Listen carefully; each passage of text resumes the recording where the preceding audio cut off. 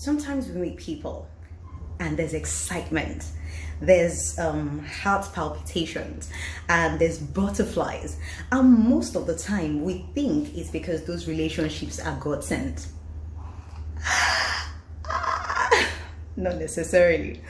I'll just keep that here. See, God sent relationships may trigger you sometimes because it comes with the truth, and you know what they say about the truth, right? The truth is bitter, but what it's supposed to do is make you a better version of yourself, is add to you physically, emotionally, in every single way possible. That's a God-sent relationship. A counterfeit relationship, on the other hand, does the exact opposite.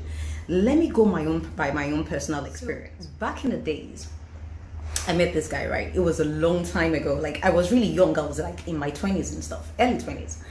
Oh my God, he was such a babe. He was the typical perfect guy, right? Had the perfect life, the great outfits, the great car, the great job, everything. Do you understand? He was absolutely perfect. You know, one of those people that you think player from the Himalayas. But no, he was completely different. This man was a complete lover of God. I mean, whenever he talked about God, right, it was like he was talking about his best friend. And I mean, I wasn't in the same place at the time, but there was no judgment. He never even forced me. But this relationship completely changed my life. I mean, it drew me closer to God, not because he forced me to, absolutely not. It was just, there was something in him that I admired so much. I'd never experienced someone talk about God in that way and someone love God in such a way. Now, don't get me wrong. I'm not saying if a man or a woman is not so close to God, they may not even know God that much. It's the heart that matters and the heart they have towards you. It's not about being perfect. It was about being real. And that was his own reality. His reality was he just loved God, you know? So that relationship completely changed my life because he started to motivate me. He started to encourage me. The thing about having a right person, someone that has a genuine heart towards you in your life, is that you can achieve the world. I started to achieve the world, literally. I mean, after I met him, during that relationship, I lived in the best house ever.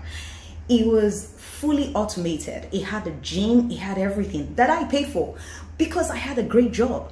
At the time, I got a job at the BBC, which I never thought was possible, but I attained it because it was a long time dream, you know, and I had the best life at the time because I had the right energy in my life. That was a God-sent relationship. It wasn't always perfect. No. But it was reality. It was real. And there was genuine care. There was genuine love. Let me tell you a story, right? So there was a time he was away. He had been away. I mean, we both had our busy lives and everything. So he had been away on a business trip for about 2 weeks. And so he got back and he was in a shop. He was shopping for some suits, right? So I was meant to meet him there. Now, before I forget, at the time, right, something happened. Usually I like to do like all those women checkup, like a pap smear quarterly. So I'd gone to do my checkup and whatnot, my pap smear, and I had to balance my hormones, right?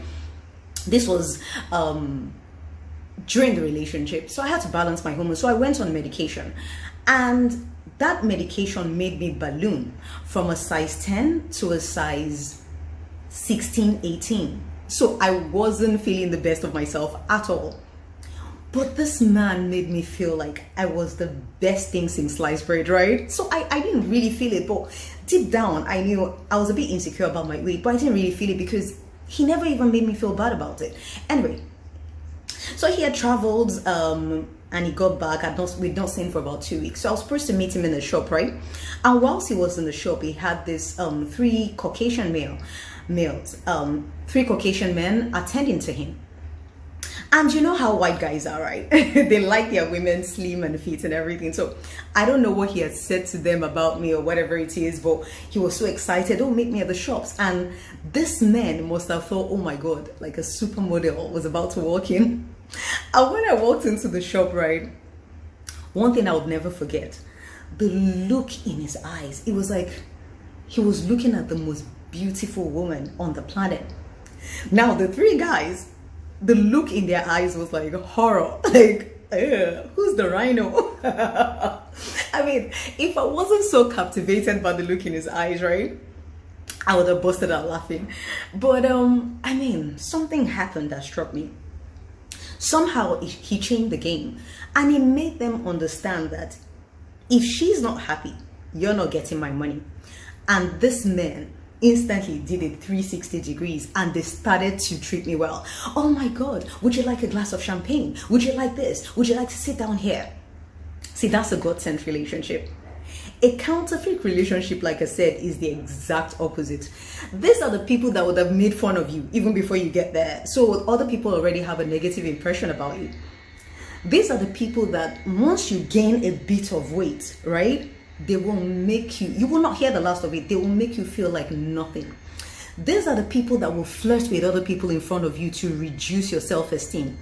These are the people that will talk behind your back, that will do all sorts of negative things to you. It's a counterfeit relationship because it's not designed to nourish your soul. It's designed to make you, to take from you, to make you feel less of yourself.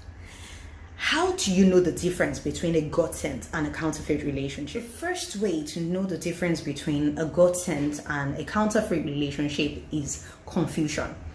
Now, if you're dealing with a Godsent person, they're upfront with you. They tell you exactly what they want from you, and it's not all talk. Because they're not selling you a dream, they're showing you. You know, a counterfeit relationship is completely different. It's full of confusion. In 3 months, you don't even know if they are your boyfriend or your girlfriend. However, you're sleeping together. In 6 months, you don't know where the relationship is going. In a year, you're probably fighting because you still can't make headway, right? From a woman's point of view, let's say you're a woman and one day you've been in that relationship for over a year. You've been talking about settling down, but nothing is happening. You don't even know his family.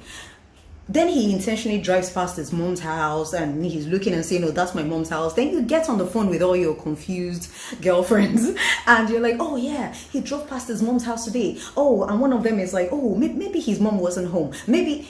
It's all about guesswork. It's all about confusion. Now, you could be a guy, right? And then, have you met those females that they wait until after they sleep with you, then they say to you, so what are we now? Are you serious? You did not establish what you were before you started sleeping with him. That man does not owe you anything. Or you've dated a man for so long and you know he's not showing you any form of commitment. And then he breaks up with you and you say, oh, after all I did for you, what did you do? You cooked his food, washed his clothes, washed his car, cleaned his house, bought groceries in the fridge. Why? Because you think somehow that puts you in the line of a candidate to be a wife. Absolutely not. He doesn't owe you anything. Why buy the milk when you can get the cow for free, right?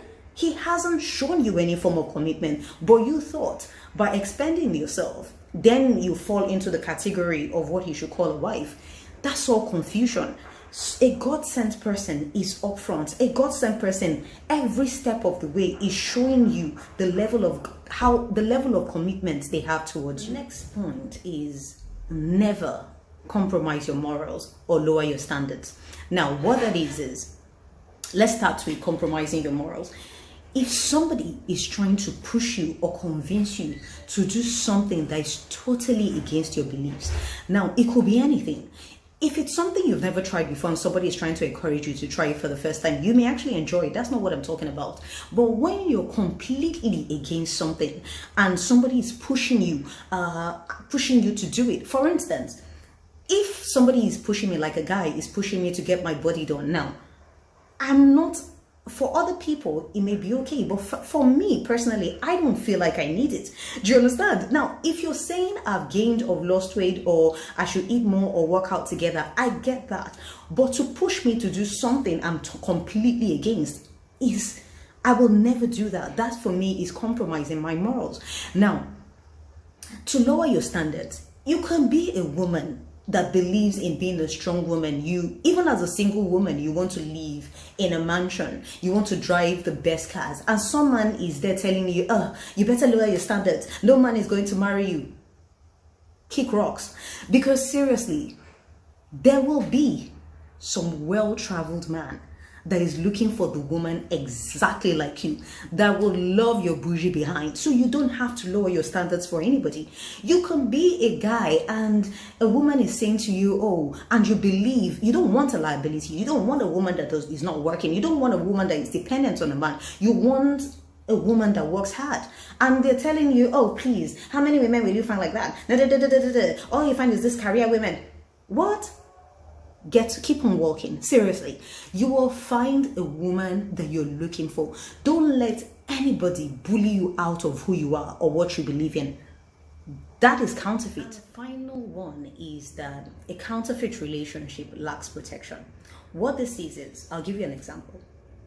Say you offend somebody or they have a problem with you, and rather than come to you and discuss it, have a proper discussion, they go behind your back and they start to talk bad about you, start to talk smack about you to other people. Now, for me, I've always said, once somebody does that, I don't care who you are. That's the end of the relationship. There's no compromise for me. That's it.